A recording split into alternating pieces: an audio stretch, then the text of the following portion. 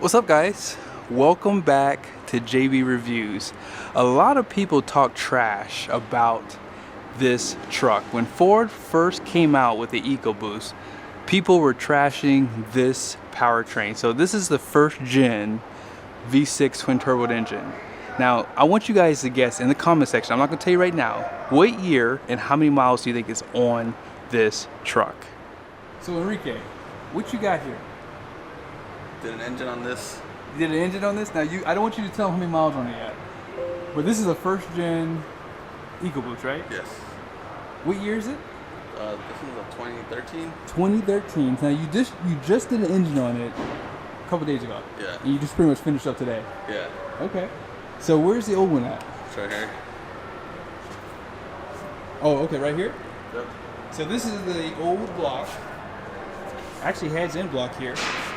And what happened? What was the failure point on this engine? It had a tapping noise. Uh-huh. Like, it sounded like it was upper end. Okay. Yeah. So we just put a new engine for the customer. Uh-huh. Instead of turning it down. Okay, got you. So what were some of the biggest issues with the Gen 1? Exhaust manifolds. Exhaust manifolds? Were there cracking or? They warp. Oh, okay. Yeah, because of the heat or? Yeah, there's too much heat. It warps and it breaks the stud in the back. Oh, okay. And then I've seen coolant fittings. These coolant fittings leak. Got you. Front cover leaks. Sometimes the front cover leaks right here. Uh-huh. So I've seen a lot of those. So front cover leaks on them. Timing issues, a lot of timing. Do these run timing chains? Yeah, this has 3 chains. Okay. And just one of them stretches out over to Yeah, the primary stretches out. Got you. So real quickly, how many miles are on this engine right now? This one has like almost 400,000. Almost 400,000 miles on this engine right here. Twin turbo engine. So what does that say about the EcoBoost? It's a good engine. It's a good engine. I mean, I know a lot of people complain. See, Ram just went to a inline 6 turbocharged engine. Ford has this, ever since 2010? 2011. And and they continue to build this engine, and you're not seeing a lot of failures with these right now too. Are they on the Gen 2 of this engine right now? Yeah, I think it's 3rd gen now. Oh, 3rd gen? Yeah. And this was just direct injection too back then too, right? I believe it was. Yeah, this is direct. Okay. This was not port, it just has direct. It's just direct injection. So they went to port and direct injection on Gen 2 or 3? Gen 2. Gen 2, okay, got you. So yeah, for the most part, I mean, this was the clean sheet twin turbo V6, first one. This one went almost 400,000 miles without any major issues. Insane. Yeah.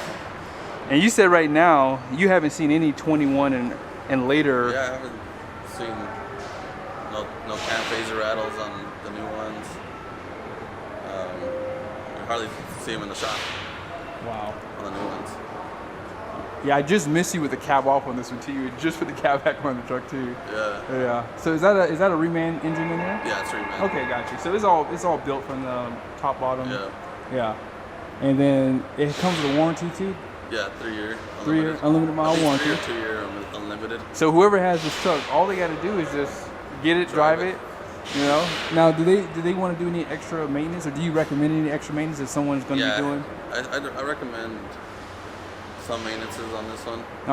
It needs brakes. Oh, okay. We sent it in for brakes, but I don't know if the customer wants to do them or not. Got you. He hasn't approved it yet. No, that's cool. And then as far as the diffs and everything like that, I mean, diffs, transfer case, fluids. I mean, if you get a brand new engine, you might as well just do the works at this point, right? Especially if you're going to keep it for a little bit longer. That's awesome. I mean, in the body of the truck, I think this was, were they still using steel? I can't remember if they were still running steel. This is not aluminum body. Okay, so this is not aluminum body. I'm going to show you guys the underbody of the truck too, so you can see just how well it like held up. I mean, on the front end of it, 400,000 miles on this. This truck does not look bad at all. So Enrique says it looks like the transmission might have been replaced on this one too. And this is it a 6-speed, 8-speed? 6-speed. 6-speed. Okay. Wow. But I mean, overall, this truck looks pretty good. Oh yeah, this truck is. You can see a little bit of rust. Yeah, so yeah, this is steel. Yeah, you can see right there. But the frame of this truck looks great.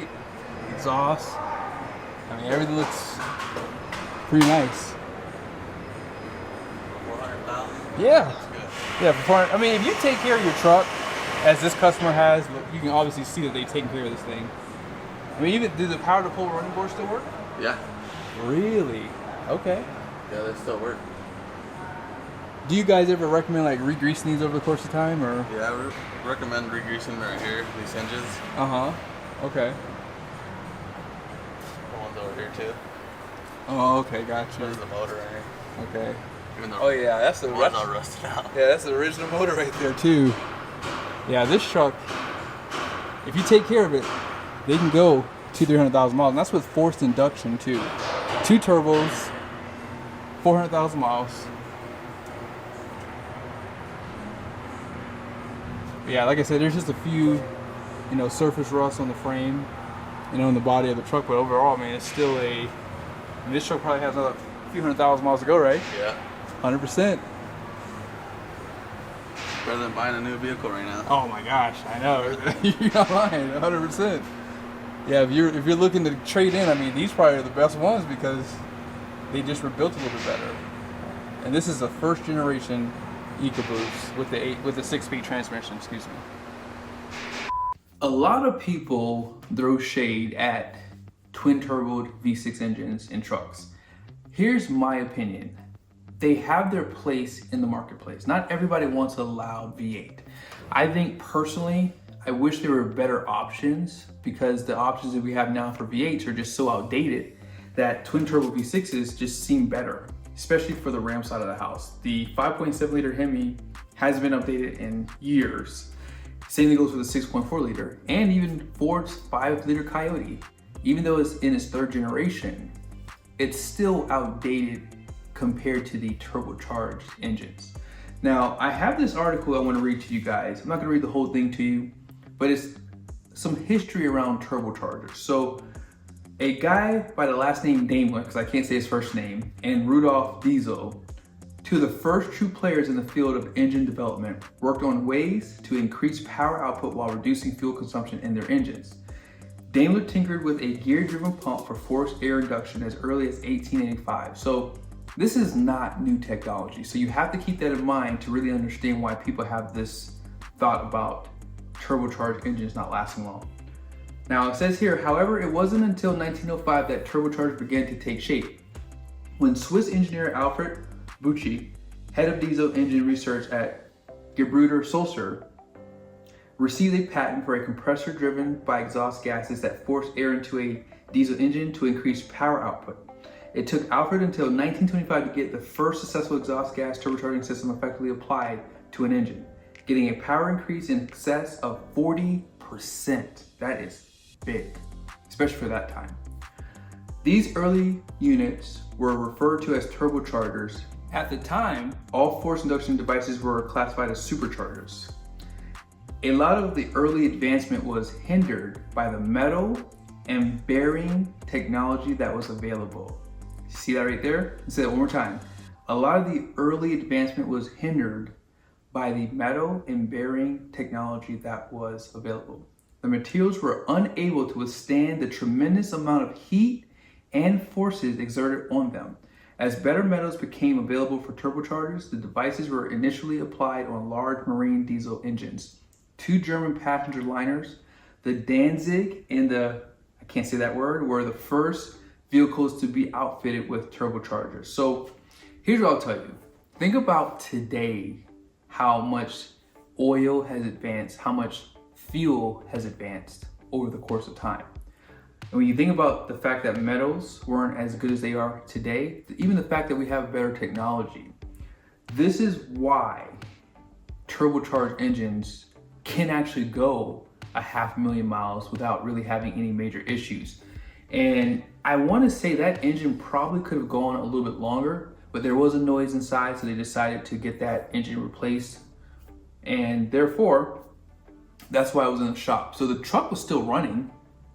I mean, who knows when it was going to go out, but it probably could have gone another 50,000, 100,000 miles potentially, depending on the maintenance of it. But I truly believe that twin turboed V6s have their place. Most guys who want trucks would prefer the V8, although sales say otherwise. And even when people have the opportunity to order a truck with the V8, they still choose the twin turbo V6s. Ram is having some struggles here with their inline 6 Hurricane engine in terms of sales, but they're still selling the trucks. People are still buying them. It's just the fact that people like that old school naturally aspirated V8. Now, here's my takeaway from all this. I have nothing against this twin turbo V6 engine, but V8 engines are so outdated.